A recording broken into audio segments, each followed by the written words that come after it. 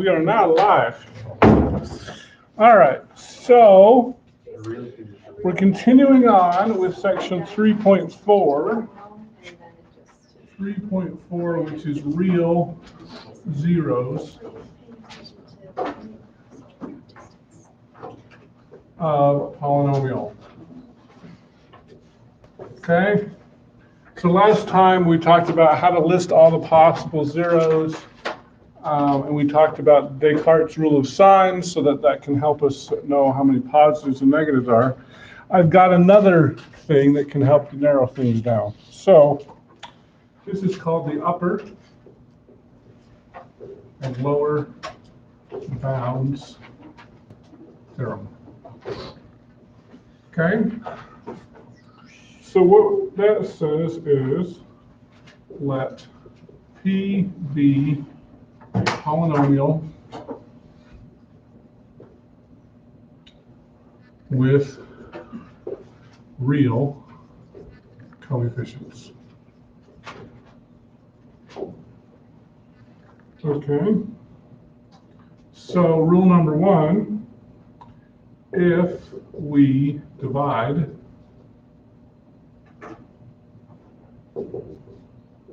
P of x by x minus b,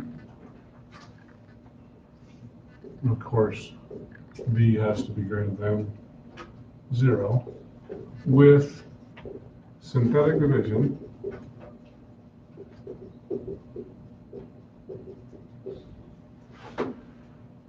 I kind of wish I didn't have that thing, it'd give me more boredom. And the quotient has no negative entry,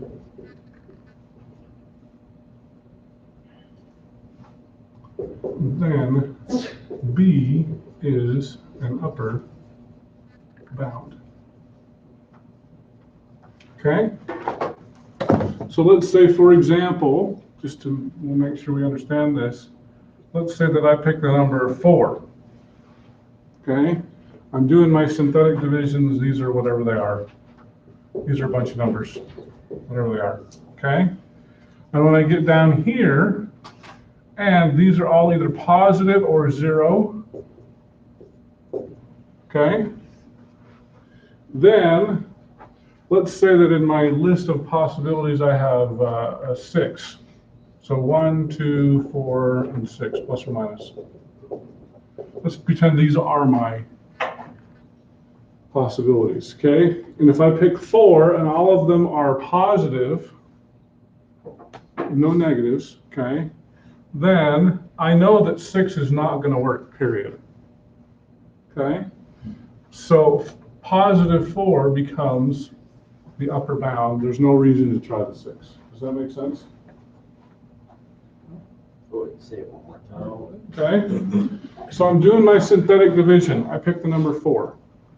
Okay? When I get to this row here, I have no negative entry on this bottom row. So I've got a positive number, maybe a 0, a positive number, positive. I've got no negatives. Okay? Then I know that 4 is an upper bound. Okay? So pretending, remember when I do my P's and my Q's? I'm going to list all my possible zeros. Okay? There's no reason to try positive 6 because 4, the number of zeros has to be less than or equal to, less than 4. When you call it an upper bound, what necessarily does that mean? Is it just what you call the top number? Okay. Or the... So you're listing all your possible zeros, right? Right. So I gave the example, plus or minus 1, plus or minus 2, plus or minus 4, plus or minus 6. Okay? I'm going along and I say, I think 4 is going to work. Okay? I do my synthetic division. Okay? On my bottom row, I don't have any negative entries at all. 0 negatives. Okay? 4 didn't work. I've got a remainder of 3, let's say. Okay? So I know that 4 is not a factor because I've got a remainder. Okay? And if I look at this bottom row, all of these are positives or 0, right? I don't have any negatives. Okay? I know that positive 4 didn't work. I now know that positive 6, there's no even sense even trying it. Because I have no negatives here. And therefore, 4 is the upper bound. It's got to be less than 4, so I would just try positive 2 or positive 1. Okay? So, yeah, so this just helps you to eliminate possibilities, no sense even trying positive 6. Now, negative 6 could work, but I shouldn't have crossed out the negative. But yeah, positive 6, there's no sense even trying it. So if you 4 is the upper bound. So if you get that, let's say, reminder of 3, Okay? it's still 4, it's not a factor, but it's the upper bound, Yeah. right? Okay. Yeah. Yeah, there's no sense trying anything greater than 4. Okay? Did you have a question? You answered it. Okay, Nathan? So just like, to be clear, so if I had a 1, we were doing synthetic division by So 1. we're doing a and we have a 1, remainder. it's and I got all- the same line here. So nothing higher like 2, 4, or 6 2, 4, or 6 will not work. will not work if you try all negatives. Right. Even after having a remainder. Even after having a remainder. Now we're assuming also that that you're not getting a 0 remainder. Okay? So we're assuming 1's not a factor. If this was what I got with 1, I'm not going to have any positive zeros. But you can also use Descartes' rule of sign to know if there's positives there. But I guess potentially I could have a plus or minus 1/2, right? If I'm listing maybe, or 1/3 or something. Then 1 would be the upper bound. Okay? Does that make sense? Yeah. Okay? All right, so if we've got an upper bound, what else do you think we're going to have? We're going to have a lower bound. Okay, so I'm going to erase this, and now we're going to talk about the lower bound. Okay? So the rule for the lower bound is if we divide P of x by x minus a, where a is less than 0, using synthetic division,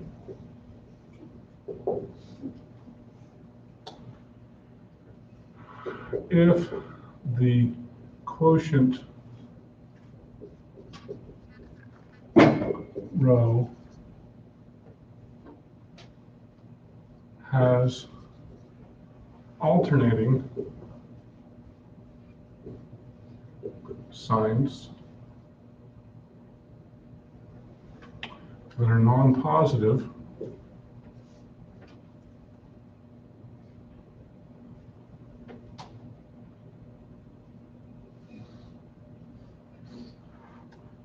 let me make sure I got this right. Using synthetic division, if the row contains a quotient and the remainder,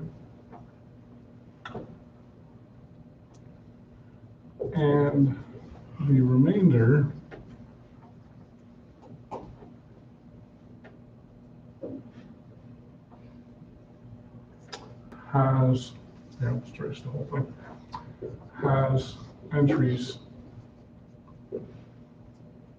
that alternate non-positive and non-negative, then A is a lower bound. Okay? So same sort of a thing. I know I'm getting a little bit low on the board, I apologize. So I've got the number -4, okay? I've listed my P's and my Q's and all my possible zeros. I'll use the same example I did before. Plus or minus 1, plus or minus 2, plus or minus 4, plus or minus 6, let's say. Those are all my possibilities. I'm trying the number -4, okay? On my bottom row, maybe I'll get a plus and a 0 and a minus and a plus and a minus. and a plus, and then say I get plus 3 as my remainder. Okay? These are basically alternating signs, right? Plus, minus, plus, minus, plus. Do you see that? Okay? Therefore, because these are alternating signs, -4 is a lower bound. Okay? So there's no reason to try -6. Does that make sense?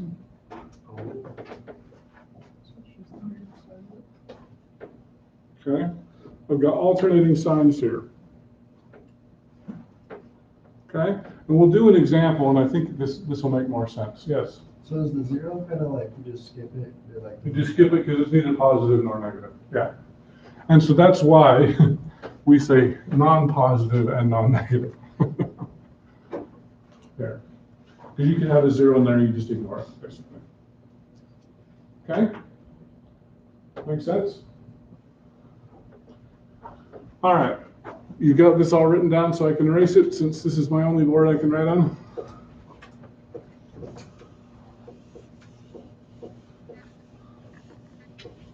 All right. I wish they wouldn't put the whiteboard behind the projector. All right. Okay, so let's do, I've got a polynomial function, p of x equals x to the 4th minus 3x squared plus 2x minus 5. And I want to say show that all real zeros lie between -3 and 2. Now, before we do that, we're going to do that in a second, but let's make sure that we can pick all of the possible zeros. I'm going to pick on Danae. What are your possible zeros? Let's see. Plus or minus 1. So on the p's, we're going plus or minus 1, And plus or minus 5. plus or minus 5. Okay, and on the q's? Plus or minus 1. Plus or minus 1. Okay? All right, now we wouldn't normally pick 3 and 2, right? Or -3 and 2, because that's not even a possibility. But we are going to show that 5 ain't going to work. Okay? This is a little bit of a contrived example because we wouldn't pick these normally because they're not going to work. But we're trying to show that the proof that I just gave you works. Okay? So let's try -3. Okay, so let's pick on Derek Holmes. Can you help me do some synthetic division on this? Yeah, so you do 1, 0, -3, 2, and -5. And I'm impressed that you remembered the 0. Good job. You didn't forget. Okay? All right, so now 1 and 0. That's 1. 1 times -3. -3, 0 minus 3. -3 times -3. That'd be positive 9. 9. -3 plus 9. 6. 6 times -3. 18. -18. 2 minus 18. -16. -16 times 3 is 48. 48 minus 5. 42. 43. That's positive. Okay? Now, this one's a real easy one to forget. But you can see I've got plus, minus, plus, minus, plus, right? So, -3 is a lower bound. So there's no reason to try -5. Of course, there was no reason to try -3, but that's beside the point. Okay? Does that make sense? Okay? Landon. Meaning -5 would not be in the. -5 is no longer a possibility because -3 didn't work. Okay? Because I've got alternating signs here. Okay? Other Derek, let's go with you. We're going to show that 2 is an upper bound. Okay? So we 1, 1, 2, 2, 2, 4, 4, 1, 1, and 2, 2, and 4, 4, and 8, 8, and 3. and 3. Okay? So 2 didn't work. It's not a factor. Of course, we knew it wouldn't be a factor because it wasn't a possibility. But we're showing the proof. These are all positives, right? So because that's a positive, positive 5 ain't going to work either. Okay? Now, I would probably start with plus or minus 1 anyway because I was start with the easy numbers and make them harder. But it does show, yeah, 5 ain't going to work. Okay? That makes sense? All right.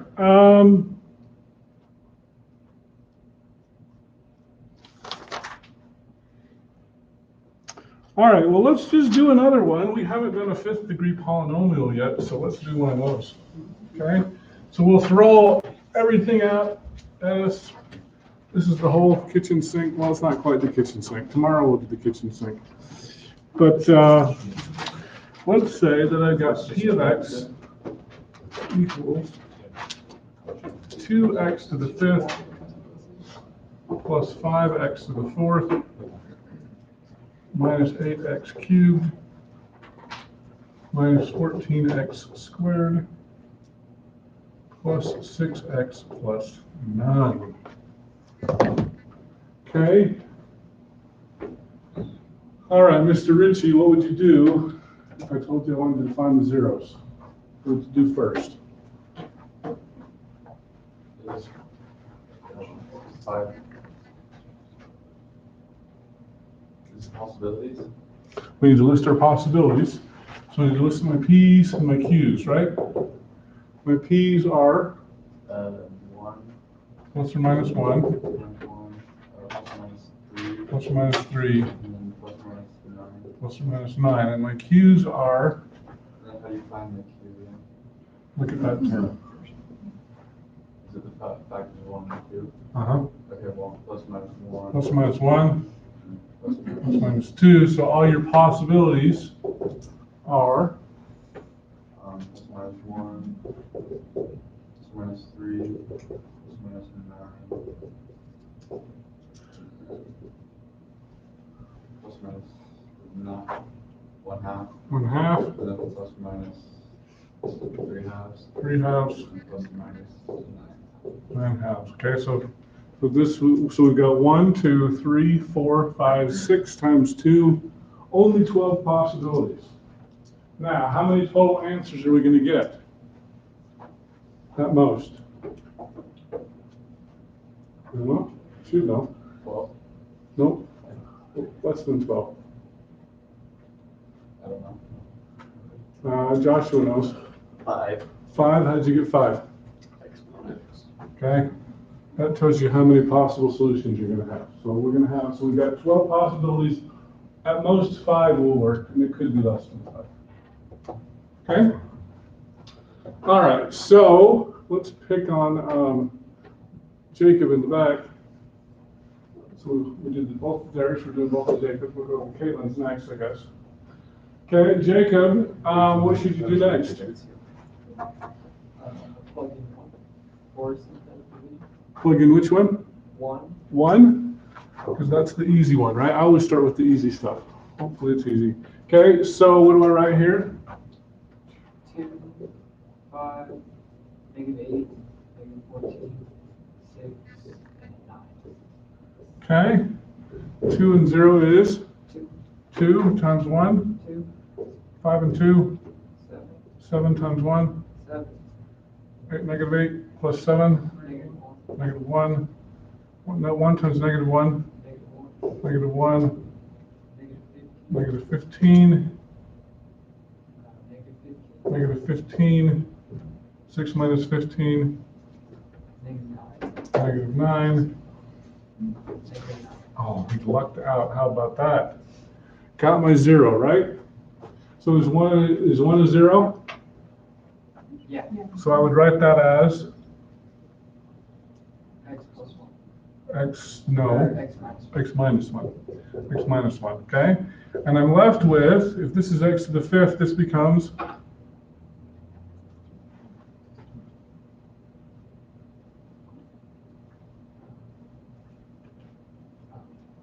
2x to the 5th. not x to the 5th, 2x to the 4th. x to the 4th. 2x to the 4th plus 7x to the Third, 3rd minus 1x. x squared minus 15x minus 9. Okay? Now, pick on Alyssa. Have my possibilities changed at all? No, because I still got a 2 here, still got a 9 here, so my possibilities haven't changed. Could I use 1 again? Yeah. Possibly, yes. Okay. All right. So now, what do you want to try?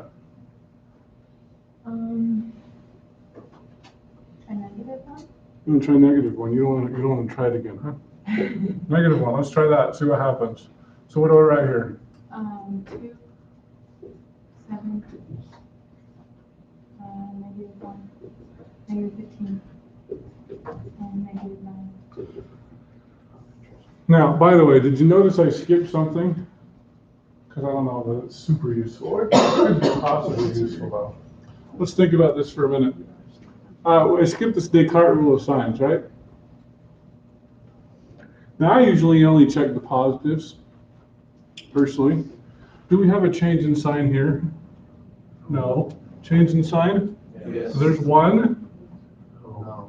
No. Yes. Yes, that's 2. So we've got at most 2 or 0. 2 positive or 0. Okay? Well, if I've got at most 2, how many possible solutions am I going to have? How many possible negative solutions am I going to have? 3 or 1 or 0. Okay, I'm good with that. Okay? Now, I could have less than 3 if I do the negative, but that's too much work for me. I'm going to have at most 3 or 1 or 0 negatives. Okay? Technically, I could do the other one. Oh, we're out of time, dang it. All right. So at any rate, I guess we're out of time, but we could do that here. We'll do this one super fast. We'll see if this works. Here, I'll just fly through it since we're out of time. 2, -2, 5, -5, -6, 6, -9, 9. Oh, look at that, 0. How about that? Okay, so that works. So I've got x minus 1, x plus 1. I'm left with, let's see, x to the 3rd plus x squared minus x, which is 9. I was hoping I could do a factor by grouping, but I cannot. So I'll just keep going. But 1 or -1 could work again. I don't have any upper or lower bounds at this point, so I'll just keep going. Okay. See y'all tomorrow. Have fun.